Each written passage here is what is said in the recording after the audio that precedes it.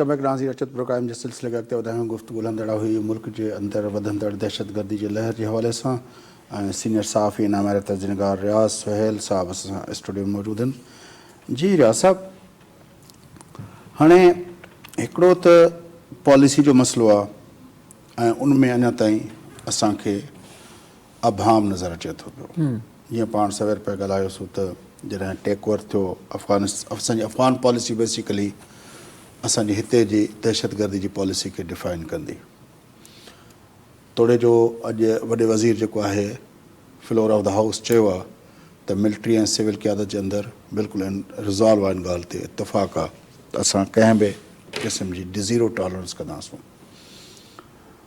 पर इन क़िस्म जो बयानु असां पहिरें बि ॿुधोसीं जॾहिं पेशावर में थियो हुयो, उते बि आर्मी चीफ साहब विज़िट कयो, हिते बि कयईं। पर असांजी अफ़गान पॉलिसी में तब्दीली न पई अचे। अमरीका जे पारां रोज़ ख़बर पई अचे त अमरीका पाकिस्तान सां दहशतगर्दी जे ख़ात्मे लाइ हर मुमकिन मदद लाइ तयारु आहे। इन जो छा मतिलबु आहे? इन जो मतिलबु त इहो ई थो नज़र अचे त पाकिस्तान हुन खां कहिड़ी क़िस्म जी हिन हवाले खां असिस्टेंस वठणु चाहे थो। ज़ाहिर आहे की ड्रोन असिस्टेंस खां वठी करे टेक्निकल असिस्टेंस ताईं उन्हनि खे जेको एक्सपीरियंस आहे उहो ॾेई सघनि था। पर पाकिस्तान अञा ताईं का हिन बारे में का वाज़े हिकमत अमली न तइ कई आहे। हिन हवाले खां हिकिड़ो अहम मुल्की जेका पॉलिटिकल सिचुएशन आहे उहा बि हिन वक़्तु क्रिटिकल हुन में फेज़ में आहे। त इन हिकिड़ो इहो बि सबबु आहे त गवर्नमेंट को जेको फैसलाए थो को फ़ैसिले ॾांहुं न पई वञे त कंहिं ऑपरेशन जी सूरत में या कंहिं वॾी कार्रवाई जी सूरत में। छो त हिकिड़े तरफ़ त ज़ाहिर आहे की माशी बहरान वारी सूरत हाल आहे, ॿिए पासे पॉलिटिकल प्रेशर आहे, इलेक्शन आहे। फ़र्क़ु आहे न जेका मौजूदा कोalition गवर्नमेंट आहे। कोalition गवर्नमेंट जो हिकिड़ो हिसो जेको आहे मौलाना फज़लुर रहमान साहब बि आहे। मौलाना फज़लुर रहमान साहब कॾहिं बि इन हिकिड़े ओपन ऑपरेशन जे फेवर न कंदो। सही, ठीकु आहे न। लॻभॻि अहिड़ी पोज़ीशन नून लीग जे हलकनि जी बि आहे, सवाइ हिन वक़्तु जेको पाकिस्तान पीपल्स पार्टी जे हिन मौजूदा कोalition गवर्नमेंट जे अंदरि जेको आहे एॾी क्लियरिटी सां ANP ज़ाहिर उहा हुकूमत में हिकिड़ो नंढिड़ो कंपोनेंट आहे, पर जेके टे मेजर पार्टियूं आहिनि जंहिंमें JUI नून लीग ऐं पीपल्स पार्टी थियनि थियूं, उनमें सवाइ पीपल्स पार्टी जे ॿियूं जेके पोलिटिकल पार्टीज़ आहिनि ॿई, उहे त इन मामले ते मौलाना साहब त क्लियर आहे, हू आए बाएं शाएं तज़ बज़ब जो शिकार आहिनि। ऐं तव्हांखे यादि हूंदो त इहो जेको नून लीग जी जेका उठान आहे जंहिंखे जेका शुरूआती ॾींहंनि में आय जाए जो उठान, उनमें उसामा बिन लादेन जा पैसा ऐं सॼो जेको आहे उहो सॼो चकर आहे। ही ॿाहिरि वरी बि पीपल्स पार्टी जे मथां अचे थो। ॿिए तरफ़ वरी तव्हांजी अपोज़िशन जेको आहे उहो इमरान ख़ान साहब जी सूरत में उहो त बाक़ाइदा अॼु बि जस्टिफाए करे थो वेठो त असां उन्हनि खे वठी आयासीं, असां उन्हनि खे आबाद कंदासीं। उहो पहिरें बि जॾहिं वज़ीर आज़म न थियो तॾहिं बि उहो नेटो टैंकरनि जा रस्ता रोकींदो ऐं चवंदो त तालिबान सां असांखे इहे असांजा ॿार आहिनि, इहे असांजा आहिनि।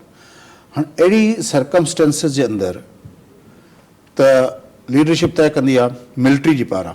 इन्हनि तइ कयो कॾहिं जॾहिं आर्मी पब्लिक स्कूल जो सान्यो थियो, राहिल शरीफ़ जो दौरु हुयो, हुननि स्ट्रिक्टली चयो त बाबा न हाणे बसि इनफ इज़ इनफ। उन वक़्तु इमरान ख़ान जेको धरणे ते वेठो हुयो उनखे बि कन खां पकिड़े उतारियऊं, चयो हल बाबा बंदि कर। उहो सॼो कुझु थियो। उनखां पोइ हिननि पॉलिसी ठाही, पोइ ला महला इहे जमात इस्लामी खां वठी JUI खां वठी इहो तालिबान जी सपोर्ट कंदड़ जेको आहे नी उहे जेके धुरियूं हुयूं उहे अफ़गान जिहाद जी सपोर्ट जेके बि धुरियूं हुयूं उन चाहींदे न चाहींदे उन नेशनल एक्शन प्लान ते सही करे ॾिनी, पर उहो अमल में कोन आयो। हाणे त हिन वक़्तु मसइलो इहो आहे त असांजे जेका अॻी कमांड हुई, जीअं मूं तव्हांखे ॿुधायो, हुननि ॿ कम हिकिड़ा कया। हिकिड़ो कहिड़ो कमु कयूं, हिकिड़ो CPEC खे तालो ॾिनो। बाजवा साहब पहिरें ॾींहं खां वठी जॾहिं आर्मी चीफ थियो, नवाज़ शरीफ़ जे अञा वज़ारत उज़्मा जी डिस्टेबलाइज़ेशन जा ॿिया फैक्टर हुया, उनमें हिकिड़ो फैक्टर इहो बि हुयो। त इमरान ख़ान जा त 4 साल जेसि ताईं हुनजी गवर्नमेंट हुई CPEC खे तालो ॾिनो पियो। ॿियो हुननि इहो कयो त भई जीअं तीअं करे हीअ जेको असांजा तहरीक तालिबान अफ़गानिस्तान वारनि जी हुकूमत उते क़ाइमु थिए, उहा करायूं। हाणे असांजी पॉलिसी उन सॼे मामले में तब्दील कीअं थींदी जॾहिं की मौजूदा हुकूमत जे अंदरि ॿ जेके मेजर कंपोनेंट आहिनि उन्हनि वटि क्लियरिटी बि न आहे। नंबर 1। नंबर ॿियो त जेका चेंज ऑफ कमांड थी आहे अञा ताईं असांखे ख़बर न आहे त कमांड छा थी सोचे, छाकाणि त बाजवा ऐं फैज़ हमीद जी जेका ड्यूओ हो उनजो जेको ॿ जेके आहिनि असांजा ॿ मेजर पोज़ीशन ते वेठल जेके माण्हू हुया उन्हनि जी त with the passage of time असांखे सम्झ में अची वियो त करणु छा था चाहिनि, पर हिन वक़्तु कमांड जी असांखे ख़बर ई न आहे का कमांड असांजी अस्करी क़यादत जी कमांड छा थी चाहे। सियासी क़यादत जी त ख़बर आहे सवाइ पीपल्स पार्टी जे ॿई धिरूं जेके हुअनि, त हाणे असां कीअं ऑपरेशन तरफ़ ईंदासीं जॾहिं मेजर जेके ॿ पॉलिटिकल पार्टीज़ आहिनि तव्हांजूं, माना KPK में जेको लोकल गवर्नमेंट जूं इलेक्शन्स थियूं आहिनि, पिशावर जो मेयर पहिरियों दफ़ो तारीख़ में JUI जो आयो आहे। JUI पिशावर जे अंदरि हिकिड़ी सीट बि कोन खणंदी आहे, हुनजो मेयर अची वियो आहे ऐं पहिरें फेज़ में अलाए केतिरनि जॻहियुनि ते उनखे काफ़ी उन्हनि जी स्पेस थियो आहे। उन वक़्त खां पोइ तव्हां ॾिसो था त मौलाना साहब जेको आहे तमामु जेको आहे हिकिड़े इत्मीनान वारी सियासत करे थो पियो, जेका उनमें अॻे तकड़ वारी ऐं एग्रेशन वारी उहा मौलाना साहब तब्दील करे छॾी आहे। हाणे हीउ जेको बैटल आहे ज़ाहिर आहे इन में सभ खां वॾी ॻाल्हि इहा त सियासी क़यादत जे अंदरि इतफ़ाक़ राय थिए। इतफ़ाक़ राय उहो आहे कोन, सभिनी जो नुक़्ते नज़र पंहिंजो आहे। अॻे बि जेका इतफ़ाक़ राय ठही हुई उहा आर्मी पब्लिक स्कूल जे साने जे करे असांजी सिक्योरिटी एस्टेब्लिशमेंट जॾहिं उनजे अंदरि जेको इतफ़ाक़ राय थियो हुयो उन खे ॾिसंदे सभिनी जेको आहे चाहींदे न चाहींदे इतफ़ाक़ राय ॾिनो हुयो।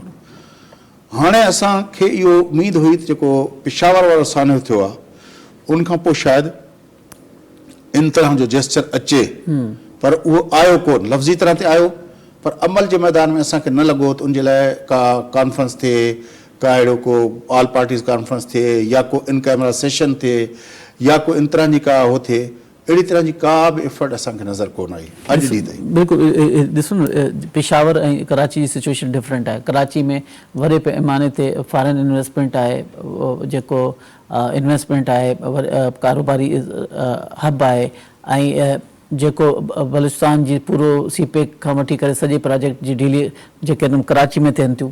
पेशावर जी सिचुएशन हिकिड़ी ॿी आहे, मगर कराची में अची पहुची वञणु ऐं कराची में अहिड़ो को वॾो वाक़ियो थी वञणु उहो वॾो क्वेश्चनेबल आहे। जेकॾहिं अञा बि या त मुज़ाकरात कया वञनि उन ते हिकिड़ी क्लियरिटी हुजणु घुरिजे त बाक़ी मुज़ाकरात करंदा, मुज़ाकरात बि न आहे करिणो जेको को एक्शन में बि न आहे वञिणो। हीअ कन्फ्यूजन जी जेका सिचुएशन आहे इहा वधीक अहिड़े क़िस्म जी जेके वाक़िअनि खे हथी ॾींदी। हाणे जेकॾहिं मुज़ाकरात ॾांहुं वञनि था त उनजा मुतालबा छा आहे, उन्हनि जा मुतालबा इहे ई आहिनि त जेके सर्टन एरियाज़ आहिनि हुते उन्हनि जी जेका सोकार्ड क़िस्म जो सिस्टम आहे उहो राइज थिए, यानी उन्हनि जी जेका बरतरी हुजे या उनजा मुतालबा मञिया वञनि त छा रियासत जे अंदरि हिकिड़ो ॿी रियासत क़ाइमु करण जी इजाज़त ॾिनी वेंदी ऐं हुननि जो छा जेको निज़ाम आहे उहो उते लागू करण जी इजाज़त ॾिनी वेंदी, या त पोइ कार्रवाई जी सिचुएशन आहे त कार्रवाई केतिरी संगीन थी सघे थी, केतिरी शदीद थी सघे थी, उहो उन ते अञा केतिरो वक़्तु लॻे, अञा केतिरो जेको वक़्तु लॻे त अञा डिसाइड कनि। हीअ त वक़्तु बाए वक़्तु जेको आहे इहे जेका पंहिंजा पर फैलाईंदा वेंदा ऐं इहे कार्रवायूं में वधीक जेतिरो स्टेट दबाव में ईंदी उहो वधीक दबाव में आणींदा, छो त उन्हनि जो मक़सदु इहो ई आहे। लास्ट टाइम जेको TTP जो अमीर आहे हुनजो जेको बयानु आहे, हुनजो जेको इंटरव्यू आहे हुन में उहो चए थो जेकॾहिं 99% असांजा मुतालबा मञिया वञनि ऐं 1% बि नथो मञियो वञे त हिन 1% लाइ बि हू पंहिंजियूं कार्रवायूं या जहाज़ जंहिंखे चवनि था उहे जारी रखंदा। हाणे ॾिसो न इहो वरी मां चवां थो त इहे समूरा ॻाल्हियूं हुन पासे खां जेको कुझु बि थिए पियो, पर रियासत जे अंदरि जॾहिं इतफ़ाक़ राय पैदा थींदो न पोइ इहो फ़ैसिलो थींदो न। हाणे उनखां अलावा जेको असां सां ॿियो वॾो मसइलो आहे उहो वॾो मसइलो इहो आहे त हिन वक़्तु असांजे इदारनि पारां असांजे पूरे जेको नेशनल डिस्कोर्स आहे उनमें नैरेटिव छा आहे, इलेक्शन थिए या न थिए इन ते तकरार हले थो पियो। अॼु प्रेसिडेंट साहिबु जेको ऐलान करे छॾियो आहे त भई फलाणी तारीख़ अप्रैल जी 19 तारीख़ इलेक्शन्स थींदा, माना इलेक्शन कमीशन ऐं सदर जे विच में हिकिड़ो टग ऑफ वार लॻी पई आहे। उहा रोज़ हर कलाक में हिकिड़ी हाइप क्रिएट थिए थी पई, सदर ने उसको बुला लिया, उसने इनकार कर दिया। ॿिए तरफ़ इमरान ख़ान कोर्टुनि में पेश थिए या न थिए उहो हिकिड़ो असांजी टग ऑफ वार लॻी पई आहे। ठीकु आहे, माना असांजो नेशनल डिस्कोर्स में दहशतगर्दी आहे ई कोन। टियों असांजो इक़्तिसादी मामिलो IMF पैसा ॾिए थी नथी ॾिए, हेतिरा असां हुननि जा वञी छॾिया, वरी हुननि ॿिया मुतालबा करे छॾिया, असां डिफॉल्ट कयूं था नथा कयूं, उहो हिकिड़ो ॿियो डिस्कोर्स लॻो पियो आहे जंहिं ते ख़्वाजा आसिफ़ साहिबु चई चयो आहे डिफॉल्ट करे चुका आहियो, हाणे जेको थियो ॾिठो वेंदो। हाणे असांजे नेशनल डिस्कोर्स जे अंदरि दहशतगर्दी आहे ई कोन। माना रोज़ जे बुनियाद ते वज़ीर आज़म खे को ख़त थियो हुजे, वज़ीर आज़म रोज़ उन ते कंसर्न शो कंदो हुजे, के मीटिंग्स कंदो हुजे, या असांजी पॉलिटिकल पार्टी जेके रोज़ अची कलाक जूं प्रेस कॉन्फ्रेंसूं कनि था, हिकिड़ो लहे थो ॿियो चढ़े थो, हिकिड़ो कंहिं बि वटि बि जे एजेंडा में दहशतगर्दी एजेंडा आहे कोन। जॾहिं तव्हांजे हिन वक़्तु जेको बि पॉलिटिकल सिनेरियो आहे उनमें दहशतगर्दी एजेंडा जो हिसो ई न आहे त फ़ैसिलो तव्हां कीअं कंदव? माना अञा ताईं अॼु ॾींहं ताईं जॾहिं पाण ॻाल्हायूं था वेठा, हीउ पिशावर थी वियो, उनखां पहिरियों बन्नू CTD जे ऑफिस जे मथां कब्ज़ो थियो, उनखां पोइ हीउ थियो, कराची जे अंदरि थियो, इहे सभु कुझु थींदो पियो। ऐं कराची जे अंदरि बि तव्हां जेका ॻाल्हि कयो था ॾाढी इम्पॉर्टेंट आहे त हिकिड़ो इक़्तिसादी हब आहे ऐं सॼो जेको आहे हिते कारोबार थिए थो। पर जेको उहो इवेंट जेॾी महिल इहो इंसिडेंट थियो उन वक़्तु ॿ मेजर इवेंट कराची जे अंदरि हलंदड़ हुआ, उनजे बावजूदि बि इहो थियो। हाणे जॾहिं तव्हां असांजे नेशनल डिस्कोर्स जे अंदरि नेशनल एजेंडा जो कंहिं पासे खां इहो हिसो ई नज़र नथो अचे त पोइ फ़ैसिला कीअं थींदा?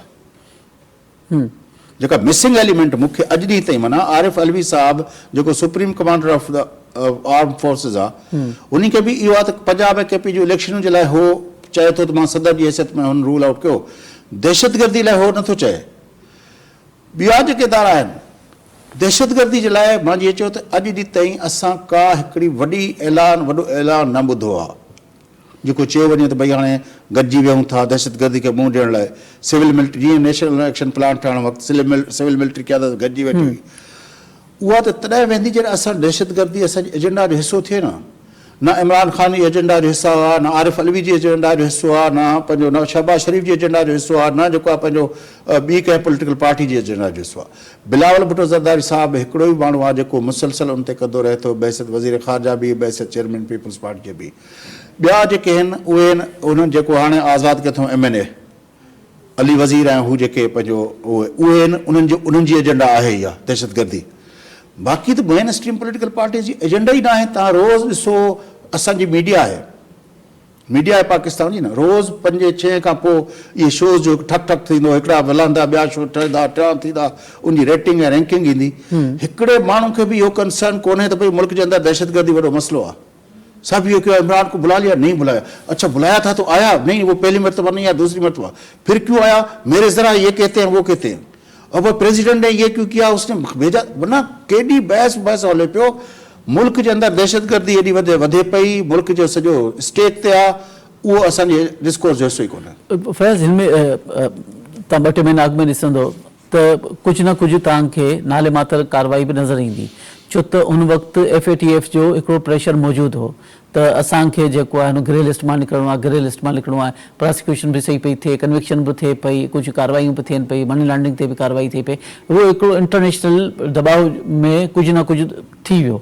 उनखां पोइ जीअं ई थी वियो लिस्ट वारा मामला हिन पासे थिया आहिनि, वरी उहो सभु कुझु उहो ई आहे बिल्कुलु। हुन वक़्त ते आर्मी चीफ बाजवा पाण उहो क्रेडिट पे कयो त हुन ऐं सॼी त हुनजे करे इहो सॼो पाकिस्तान खे ग्रे लिस्ट मां निकितो आहे। त हाणे या त पोइ वरी ईअं ई सिचुएशन थींदी त को इंटरनेशनल सेक्शन्स अचनि, इंटरनेशनल का अचे, हुनखां पोइ पाकिस्तान वरी हिकिड़ी हुन सिचुएशन में वञे।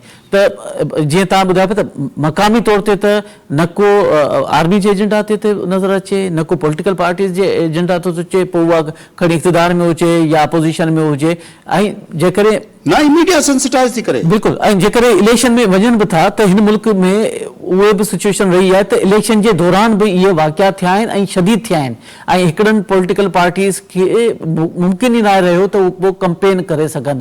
त यानी तव्हां वनरेबिलिटी वधाए छॾंदा। मां जेको पॉलिटिकल पार्टीज़ बि मुंहुं न विझी सघनि थियूं, एतिरो पैमाने ते जॾहिं माण्हू निकिरंदा हूंदा, वोट कंदा हूंदा, कंपेन कंदा हूंदा, त एतिरे पैमाने ते सिक्योरिटी बि न फराहम करणु हूंदो, त ईंदड़ वक़्तु वधीक ख़दशा ऐं तहफ़ुज़ात खणी ईंदो। तव्हांजी वॾी महिरबानी रासिल साहिबु। नाज़रीन, गुफ़्तगू तव्हां ॿुधी, मुल्क जे अंदरि दहशतगर्दी एजेंडा जो हिसो ई न आहे, इहा वॾी कंसर्न जी ॻाल्हि आहे त असांजा आख़िर मीडिया, असांजी सियासी पार्टियूं, तहरीक इंसाफ़, सदर अलवी साहिबु या शहबाज शरीफ़ साहिबु या जेका ॿियूं पॉलिटिकल पार्टीज़ आहिनि, उन्हनि जी एजेंडा ते दहशतगर्दी जो मसइलो छो न आहे। सिर्फ़ु अकेली पीपल्स पार्टी जे चेयरमैन बिलावल भुट्टो ज़रदारी साहिबु बार चए थो, ऐं हुन जेको आहे पंहिंजे रिसेंट में इहो बि चयो आहे त असां अफ़गानिस्तान जे जेको तालिबान रिजीम आहे उनखे असां रुजू कंदासीं ऐं उनखे चवंदासूं त हिननि खे हिननि जे ख़िलाफ़ु कार्रवाई करे जेकॾहिं न थींदी त पोइ असां उन हवाले सां पंहिंजो लाइ अमल तयारु कंदासूं। प्रोग्राम जो वक़्तु पूरो थिए थो, पंहिंजे मेज़बान फयाज़ नाश खे इजाज़त।